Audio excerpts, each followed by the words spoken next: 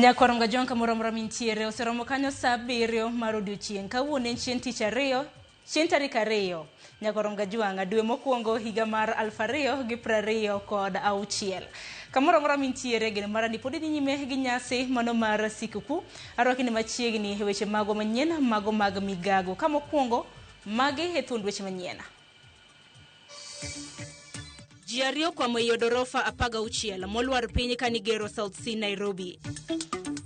Kapati dhi chung' kende tene modhi bedo presidential candidate kendo no timo maber because ma indigo koro brings to rest gimoro makila ng'ato koro ne dwa dhi bedo presidential candidate mar ODM. Moko kuom jod bura mag ODM medo chalo sir ne ogai margi Oburu Oginga ewi ote mare mar yawo higa. Tumekuja tu kukusupport na kukuambia ya kwamba serikali tuko na tutafanya vile itahitajika ndiposa ukapate fidia. Kaneno ka serikali obiro kama ayudo ka koro an kod kwe mar chuny. Apisas mag KWS nolemo jago manyocho nego ng'ielo Sigomre kendo singo miye chudo.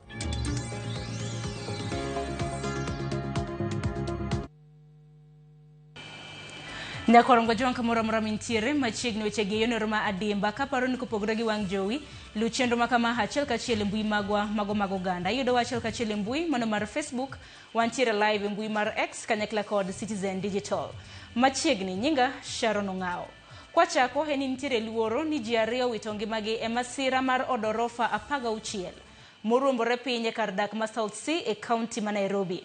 Apisas mawuok e migepe makedo gi masira mag apoya ne ochopo e kar masirano e seche mag okinyi kendo chako chenro mar temo reso jogo. Nyaka sani menyo dhi nyime. Jod bura malang'ata Felix Odiwuor, apisas mag Kenya Red Cross, mago mag county kod apisas mag NCA masani dhi nyime kod nono rang'iny mago mag udi duto kanyo. Jafwambo marwa Joyce Oduor nitiere kama no orofa no olware kendo biro bedo kwa tudre kode kwa dhi nyime gi weche mago manyien mago mag migago.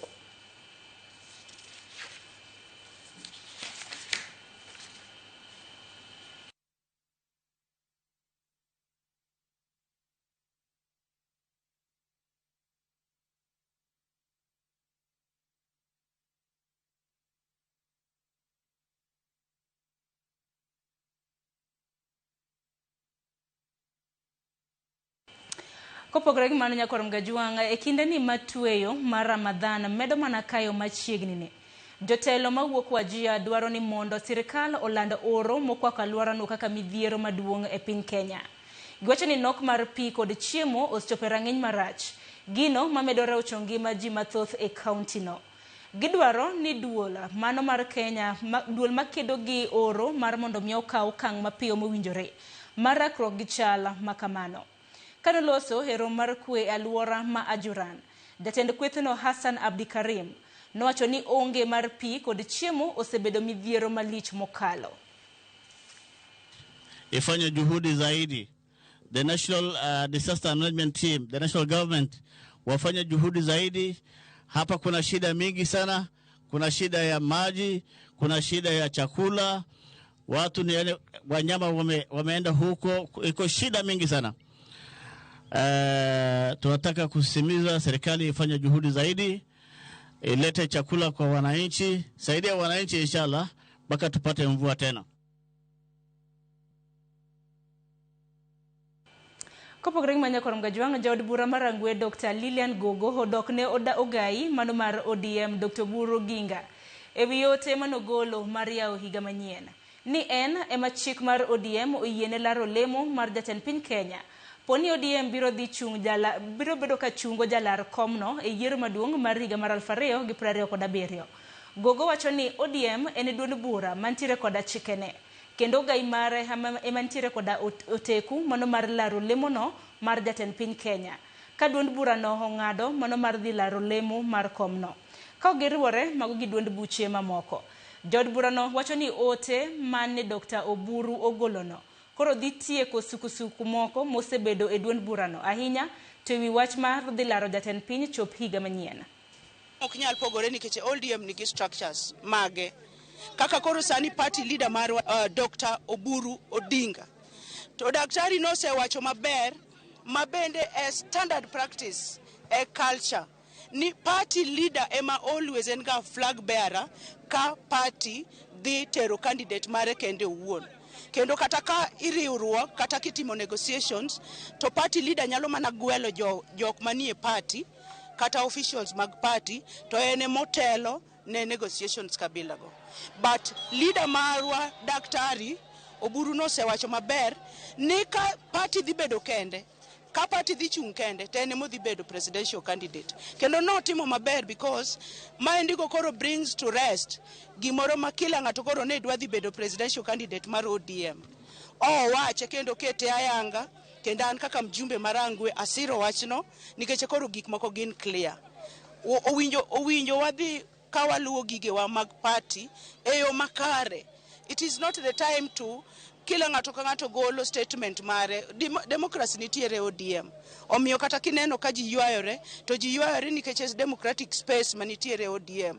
Mano konyiso ni wapogore. But owinjo jopiny dwa winjo ni to kaka party manager komo weyonwa party maber, party motegno, wan watime ang'o. Oromo dokilo midhiero e kaunti ma Turkana ka nyithindo mantiere bwo higni 5 ngima margi nitiere kinda kuruga sumbi marga mutuoche mikele kod chamo chiemo maonge ndhadhu. Jopiny mag jopith mago mag jamni bedo chako daro jamni magi nyaka piny libamba mar Uganda mano mar manyonegi jamni magi chiemo kaachiel kod pi mar reso ngimagi. Manager mochung' ne dongruok e gwenge mag Kerio Mark Chesegon wacho nyaka sani moheo milion 200 osetigodo e kunyone jodak pi. Jatend migawo mochung' ne gwenge Mongoro Beatrice Askul bendo yango ni moheo counties 23 nitiere kod achiedh nade mikelo kod oro komedo wacho ni ngima makamago mantiere matek mar Uganda ibro bed ka ikonyogi gi chiemb kony. Hata hii Kenya juu mtu ajuu hawezi kukunywa maji kwa sababu maji alikuwa hakuna hapa. Sisi kapata nini shida hata watoto. We have made a priority to solve some of these challenges that are facing the people in Turkana. One of the programs is the drought mitigation programs, the issue of water. We do provide water through drilling of wells, through harvesting, through water pumps. And again, we build the capacity for usage of the water by initiating small irrigation farms that we do in the region. The Domo 23 Hassel counties are badly off right now. Once you can't even say which stage is alert because so long as pasture is not there, water is not there, people are moving, livestock are moving, they are losing weight, they are macheting. How do you even rate which stage at that level? All we need to do very fast is just to make sure we converge, brainstorm over it, put resources that are available, mobilize the ones that are from the like-minded partners, and just get something done.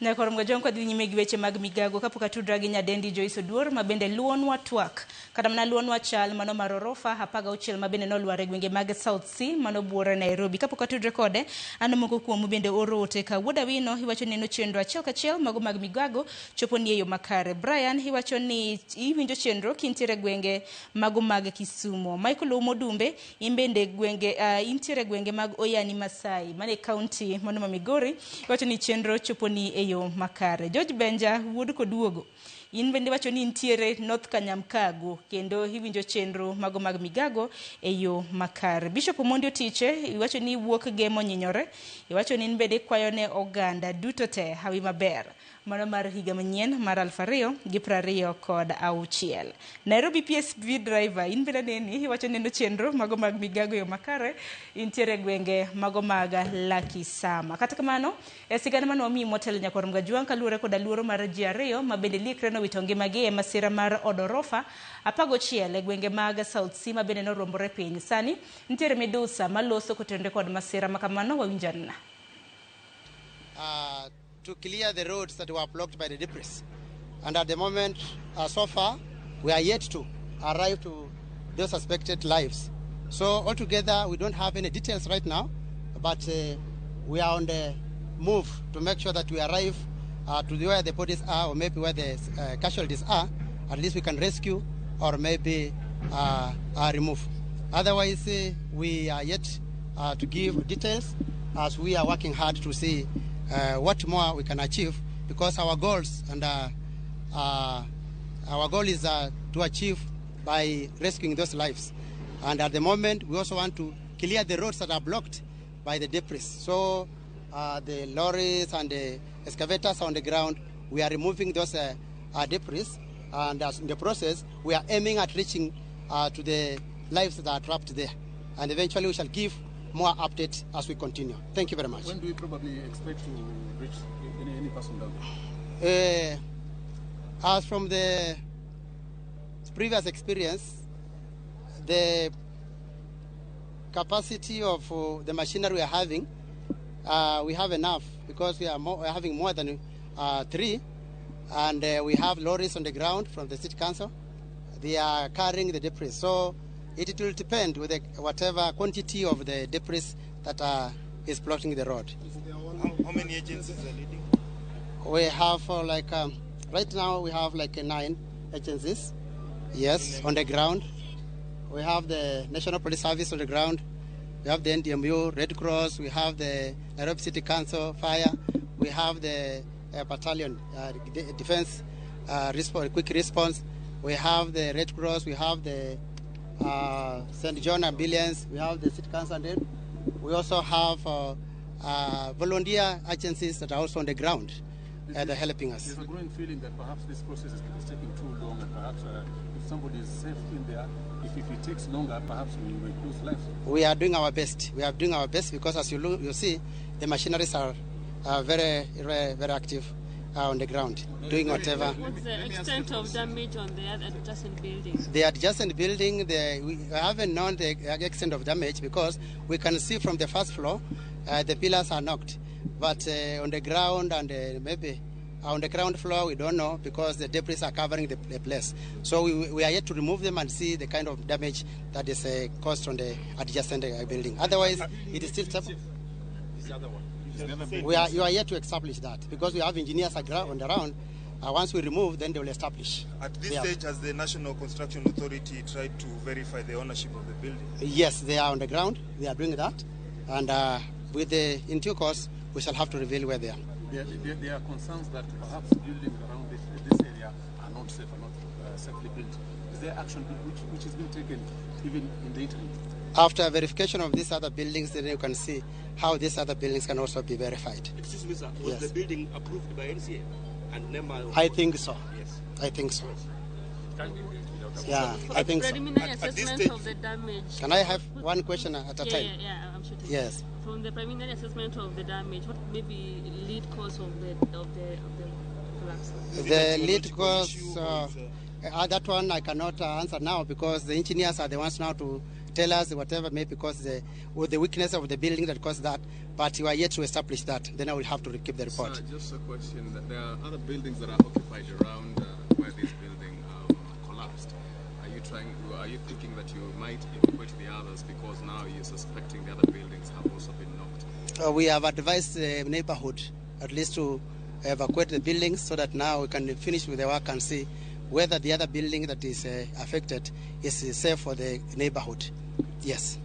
We have taken those precautions, and we are very proactive to make sure that we save more lives than maybe be reactive to rescue. Yes. How soon should Kenyans expect an update? That one, it will depend with the work, the capacity of the work. Yes. Who is to blame for this? Not yet established. Yeah. Excuse me, as you spoke, we expected that we have a big crane here just to be removing those slabs, which is not happening, so that we can at least save those lives down there.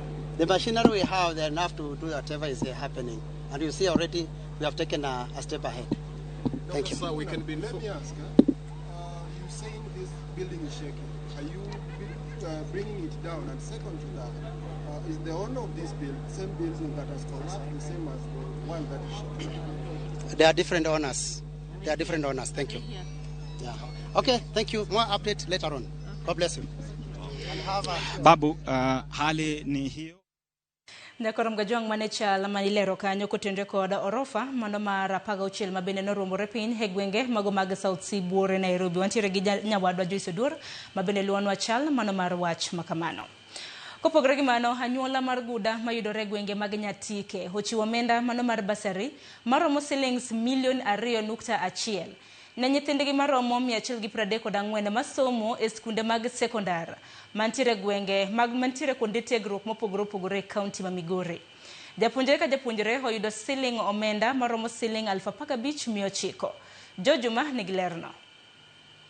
Pek mag somo ne jopuonj mathoth ne gwego mag Nyatike mane ikelo kod onge mar omenda mar somo ne omiyo anyuola mar Guda e sapkuonde ma Nyatike ne obedo piny kendo ne obiro kod paro mar solo omenda matin mar siro somb nyithindgi. Paro ni mano biro higni malo 5 mokalo osekelo geno maduong' ne jopuonjre ma anyuola ni mar Guda mane onge kod geno ma yudo somo. Doka nyathi ok bed gi thuolo mar bedo e skul. Gin frequently at home tiriembo gi mondo gidhi gimany school fees. So wan kaka jonyuol ne waparo matut wakonto ere kaka dang' wa maintain nyithindwa skul nikech sama en maintain skul no eko bedo gi full attendance lessons. E higa ni jopuonjre maromo 134 mowuok e anyuola ni mar Guda omiyo omenda mar somo maromo milion 2.1 ka japuonjre oyudo omenda maromo 15,000 kod 900. Wan gi nyithindo 134. Nyathi ka nyathi dhi yudo siling 15,925. Watemuru temo matek mondo kik walok ng'e wan nyithindo ma samoro nitiere kaka negi chandruok moko korka somo nikech somo ka ok gisomo kawuono to nyiso ni kiny onge gi jotelo mambele. Gima chalo kamano wagombo ni mondo timre ne ji oganda duto te mondo nyithindwa oyud konyruok nikech somo ka ok iriwori gi jowadu to samoro nyalo bedo mapek matin. An gi jonyuol na te lakini challenges to ng'eny. Samoro nyadhi skul to ichopo e skul kichopo kigocho ne janyuol maybe otemo manyo fees to fees onge madhi chuni ni podi iyo dala matin lakini nikech koro Guda nitie gikonya dhi mbele maonge challenges mamoko. Nyaka sani onge japuonje moro amora mawuok e anyuola ni mar Guda moseweyo sikul nikech onge omenda mar somo mabende koro biro kod jol magiyudo ka ok anyuola ni mar Guda. Ka okalo kuom omenda ma jokanyogo mag anyuola ni mar Guda solo kod rambe mabende gigoyo osemiyo gibedo kod nyalo mar chulo omenda mar somo ne nyithindgi duto mantie skundego mag sekondar kod kuondego mag tiegruok. An gi nyithindo 3 modhi chulo negi pesa. An atimo business. To samoro business nigi challenges. Samoro en piny. Akwayo joge wate ni wamed riwre uru mondo wabed gi gima chalo kama okony nyithindo moko. Sani an gi nyithindo 2 moseyudo kony e Guda community kae. Yuto ma jakonyrago kuom nyithinda gi ekien mana yor pur. To seche moko pur ok dhi maber, seche moko piny to kaka sani nyo wakeyo maber. Jakom anyuola ni mar Guda Dennis Akach waniga magayo kopare kod 5 nigi chiwo basari maromo milion 3 ne nyithindgi maromo 300. Wasebedo kwa goyo arambe higni motelogo. E higa ni wasebedo gi arambe ma jumla wayudo kiep mar siling milion 3.2 ma in total wase support godo nyithindo madhi 300. Jokanyo mag anyuola ni mar Guda wacho ni omenda mar basari ma ichiwo kod piny owacho tin kendo ok nyal jolo som jopuonjrego duto gino mabedo ni miyo gin giwegi ne gibiro kod chenro ni mar jolo nyithindgi. Nitiere kaka samoro wanyalo yudo basari to basari ma sirikal kelo samoro ok wanyalo yudo gite kaka community. Koro wayudo ka nyithindwa nyo bedo gi rem moko makoro ni chunowa ni nyaka wabed piny kaka joka ng'ato mondo ng'ino to ere way forward mwanyalo konyogo nyithindwa ma samoro oyudo rem. Turwa e akademika yuto ne piny to iyudo ka samoro ka sirikal kata CDF ogolo basari nyathi idwa pogne siling 5,000 kata siling 6,000 to ibiro yudo ni nyathi masombe ne pinyie mogik kata day scholar biro bedo ni chulo 20,000. Koro ibiro yudo ni janyuol pod biro dong' gi pek kuom 14,000 mondo chako sol lwete ofuko. Mane miyo waneno ka nyithindo moko pod ok nyal dhi maber. Omiyo ne wabedo piny mondo waneni bedo ni sirikal supportwa to wan bende wane sirikal. Wan bende wanyalo chako support sirikal e yo machielo. George Juma, Ramogi TV, Migori. Nyakorongo jongi sigana mano mar George Juma bende madwaro ko godo yo mokwongo e weche manyiena mago mag migaga ka yo matin kikidhi mabor aduogi mathoth e okang' mar 2.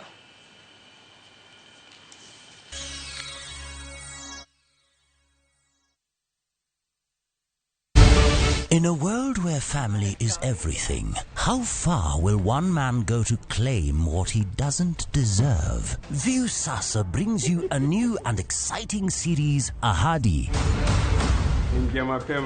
After years of lies, Hans, and often returns home, but the truth he's hiding could destroy everything. Nataka ripoti ya Hans pamoja na mkewe. Will he inherit the riches or face a bitter reality? Anatokea mtu pasipojulikana, anakabidhiwa hii ofisi. Huu sio usia babangu. Visit viusasa.com today and enjoy exclusive dramas.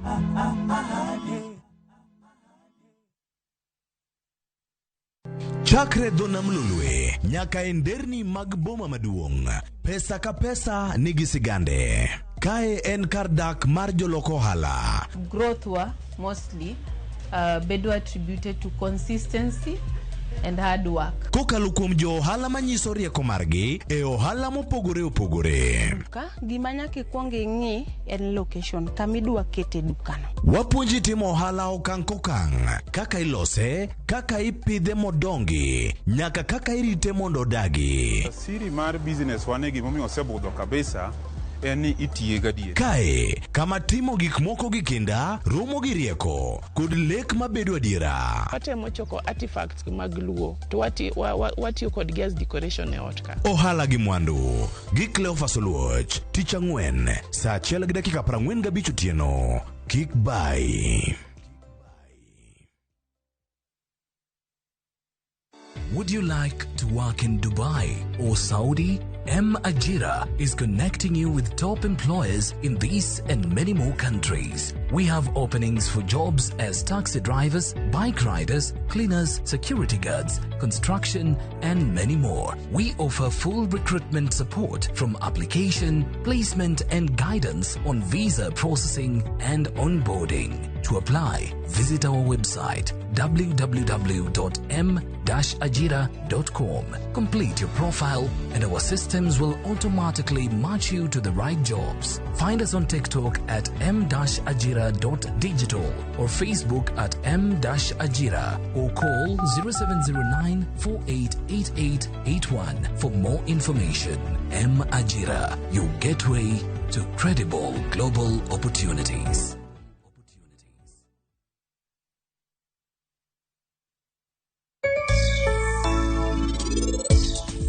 Chief dhi nadi kono. Chief dhi kako dwaro to bende pod obiro mana dhi kako dwaro no. Of course chief dhi marach. Ni dhi naka chief. Ape idwa go nyako chia. Ingeni opada tene mo ywak ni ai. Ingeni odi nyalo dugu ka gikite madongo dongo magowa godo. Jokuoge no makana robi ka. Idure, ya una dot we donji ya joka chief manya. Jama jano goi majite no neno. Lakini ibi chape mtaka tok gi ya my boys.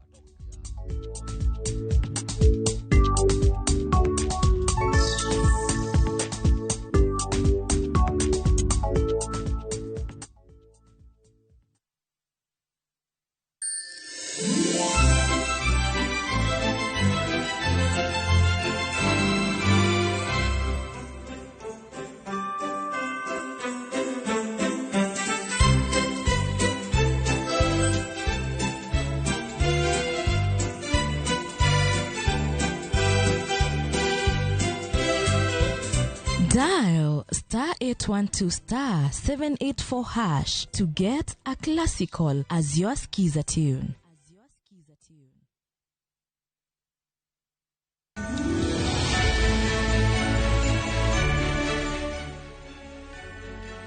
Ongeringo odi, ongeringo. Ongeringo odi, ongeringo. Odi? Ongeringo. Iringa no? Antico ongeringo design no. Ongeringo mane no kichiko rijal mane. Akon mona jini sani ongeringo antico. Ema kata ka ginena kamoro kapoko loko igane. Kek gipand dema no nikech okabiro thegi. Abiro mana thego ya design. Ai mano wodu suba, wodu gosi magunga. Emo miyakoni ni ya. Gie seche gi nyakora mogejon kamoro mora ma intie. An Philomena kachiel kod Odieza. Wadwaro nuang'owa Happy New Year.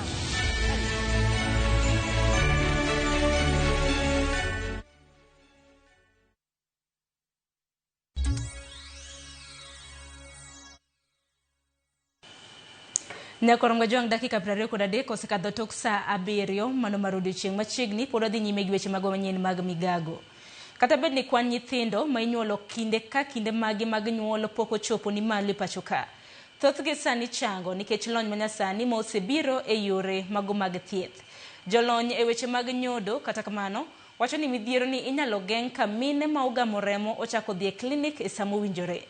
Jojuma miyo wachno e yo makende. Wan nyithindo ma inyuolo ka kinde ma inyuolo gi koro pok oromo, menjube 37 ka dok piny, osebiro ka medore e pacho kae. Lipot mogorruogno mar lakteche mag nyithindo ma ong'ere kaka Kenya Pediatric Association yango ni maromo nyithindo 114 ma kinde mar nyuol gi koro pok oromo inyuolo e piny Kenya e higa ka higa. Nyithindo ma inyuol ma kinde gi pok oromo kelo atamalo duong' mag nyithindo ma osebedo ka wito ngimagi e pacho kae kapok ochopo hikgi mar 5. Lipot yango ni kuom nyithindo maromo 1,000 ma inyuolo e piny Kenya maromo 21 wito ngimagi. Lek mar piny Kenya mana kaka piny mamoko en duoko kwan ni piny nyaka nyithindo 12 kuom nyithindo 100 ma inyuolo. E ng'wech mar konyo piny Kenya chopo lekni, osiptendego mag piny owacho kod mago mag piny owacho e kaunti ma Migori medo jiwo okenge mag duoko piny thoge mag nyithindo ma inyuolo ka kinde mar nyuolgi koro pok ochopo. Pacha to nang'e ni nyathino nok nyal survive. Kata kana biro NBU ka mokwongo. Apenjo daktari ni to daktari nyathina ni be obro donga adier. Mano to kanyal wacho nyathine thin makata nobuoga kana nene. Pok naneno e kit ngimana pok naneno nyathi matin kamano. Moto ni ile kuwa na hofu, ukiona mtu yako ni mdogo, anapungua kilo, unakuwa na uoga fulani, saa ingine hofu, lakini Mungu anasaidia tunaenda vizuri. E kinde limbe mar osiptendego mopogore ma oting'o osiptal maduong' ma Migori Level 4 kod osiptal ma St. Joseph Ombo Mission ne wayudo ni nitie lony mathoth ma sani tiyo godo e rito nyithindo ma inyuolo ka kinde mar nyuolgi koro pok oromo. Kwa wale watoto wadogo, the extreme low birth weight, the preterm babies, the very low birth weight na the low birth weight, tuna huduma, tuna vifaa, tuna incubators, tuna the CPAP kwa wale ambao kupumua kwao ni tatizo. Mine mathoth manonyuolo nyithindo ma kinde mag nyuolgi koro pok oromo mayande ne onge geno sani koro nyalo dok dala bang' nyithindgi koro kuo. Pata mtoto premature. Nilijifungua through C-section. Mtoto alikuwa 32 weeks, 4 days. 1.5 alikuwa anapunguza akiongeza. Hii ni mara ya kwanza kupata shida kama hiyo. Lakini sahii afadhali. Carolina Wuor en achiel kuom mine ma sani nitiere kod mor bang' nyathine mane onyuolo ka kinde ne pok oromo kuo. Nyathine ni kilo 1.3 koro kanokele NBU ka nikech ne pod ok onyal yudo chiemo no duoko nyaka kilo 1. Koro kilo 1 no kaluwore gi tich mane dakteche gitimo kama ber, nyathino duogo oidho kilo mos mane waduogo wuok en kilo 1.7. Koro nyaka gi sani nyathi dhi maber, sani en gi kilo 7.2. Aneno ka ngimane ber, dende be ber. Kata bed ni kwan nyithindo ma inyuolo ka kinde magi koro pok ochopo, osebiro ka kuo, osebiro ka okelo kibaji mathoth. Safari si rahisi. Juu ukija hapa wanakuambia kwamba mtu yeye anaweza akapunguza kilo. Kama Wakongo alipungua kilo mpaka gram 705, then ndo akaanza kupanda. So kuna uoga fulani unakuwa nayo na hofu. Nyithindo go ma inyuolo ka kinde ma nyuolgi koro pok oromo kale thieth mopogore mondo gikuo kendo gibed kod pek mowinjore. Chini ya gramu 2500 kwa wakati mwingi wote huwa tunawalaza kwa sababu utapata most of their organs are not yet fully mature, na nguzo kuu tunaipa pale kwa mapafu. Utapata mapafu ya hawa watoto hayawezi kustahimili the harsh conditions za external environment. Kwa lishe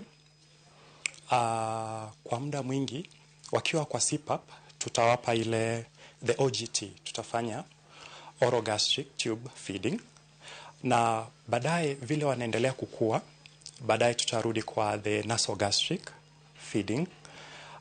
Kule akitoboa gramu 1500 sasa tutaanza tunamuhimiza huu mama, tunafanya kwa kipindi chochote wakiwa stable, tunafanya ile kangaroo mother care. Tukiwa pale kangaroo mother care pia tunahimiza mam, sasa tujaribu, tunaanza kunyonyesha huu mtoto juu ya gramu 1500. Kwan mamalo mag nyithindo manyuol ka kinde mar nyuolgi koro pok oromo, koro setudi kod midhieche mathoth ma oting'o tuoche. Before hiyo uchungu placenta nilishuka chini mwanzo, nilianza kubleed, then bleed kustop, maji kaanza kumwaka tu non stop, maji kapungua kwa mtoto, alafu mtoto hakuwa anakuja na kichwa, alikuwa amekuja na zaidi makalio. Moko iyano emaninya bedo karama matin. Koro mano gik kar ka en dweche 7 kanyo. Ema koro tatizo no nowuok mang'eny. Koro nochuno mondo koro nyathini wuok kapok sane oromo. Mine bende malnutrition bende nyalo yudo nyithindo matindo kamano. Tuoche, wan gi tuoche moko bende ma kaka malaria biro kaka complication, to miyo mama yudo ich wuok chon kapok ochopo ndalogi. Nyathi monyuol ma kinde ne pok oromo, ma pekne ni piny kabisa, e osiptalno ma St. Joseph Ombo Hospital ne nitie kod grams 500, te osiptalno maduong' ma Migori level 4 ne nitie kod grams maromo 600. Laktar ma nyithindo osiptal maduong' ma Migori Tom Mondiek wach ni mor ka nyithindo mathoth ma sani onyuol ma kinde magi koro pok oromo, thoth gi kuo nikech lony e weche thieth ma osebiro. Wach ma kama osir kod laktar ma nyithindo osiptalno ma St. Joseph Ombo, Chamson Nyambogo. E wadwa kae nyathi mwasebedogo ma kilo nene tin mogik ne kilo grams 600. Nyathini nobedo ka aming'a more than nobedo dweche 3 madhi dweche 4 to nowuok kane ober. Gramu ya chini ambayo tumeweza kuipokea ni ya 500 grams, na alitoboa, ni vile hayuko nasi kwa sasa, lakini alitoboa hadi akaenda nyumbani. Kada bed nyithindo mathoth ma onyuol ka kinde margi koro pok oromo kuo, moko kuomgi bedo kod tuoche mopogore opogore e kit ngimagi duto, kaka lero kod laktar ma nyithindo osiptal maduong' ma Migori level 4 Tom Mondiek. Nyithindo ma tindo gieki ka gichango ginyalo yudo tuoche moko nikech kitumo miluongo ni cerebral palsy ma inyalo biro nikech maendi, especially nyithindo ma obedo gi tuo moro mwaluongo ni birth asphyxia. Jolony chego mag thieth wacho ni moko midhiero mamiyo nyithindo koro nyuol ka kinde margi koro pok oromo inyalo geng' ka miyo pok ogamo remo kata kindeno ma osegamo remo. George Juma, Ramogi TV, Migori.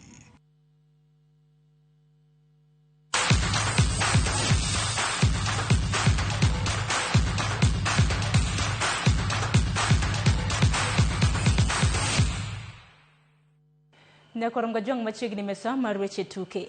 Jakom kamati mar Olimpike pachoka Shadrack Maluki wacho ni gibiro tudore gi timbe mantiere kor gwenge kako kang' mar manyo talanta. Maluki manoyuore tuke mag Nguna Cup manotimore Kitui wacho ni rowere mantiere kor gwenge osenyiso ni gintiere koda were mar adhula kendo winjore okonygi. Jalos tuke makamano ma en jaod bura ma Kitui West Charles Nguna opako johera mag adhula kuom nyiso chuny mar siro jotugogo. Tithani FC kod Kairungu Starlets emano bedo joloch. Metoka kila kona ya Kenya. To be sincere, I am overwhelmed by the support. Kwa hivyo tutaendelea, tuko na scouts, wamechukua data, watatuambia ni wale ambao wataenda kutuzwa huko mbele. As the National Olympic Committee of Kenya, we are going to partner with the organizers of this event. And when we partner with them, because we are going to have an MOU, we are going to develop a more elaborate program where we are going now to train campers or other disciplines. And I think it's so important because I was spotted there and you can see where my career went. And I think also there's some other players, same, I wish that they will be like me and they will be successful. Tuke maglaro simba mar Africa AFCON ochopo rang'eny mar timbe 16. Joloch mag tuke go higni 2 mokalo Ivory Coast dhi rakore gi Burkina Faso, eka Tanzania gi Sudan biro gocho gi Morocco kod Senegal kaluwore kamano. Tuke go dhi nyime chakre kiny Jumamos.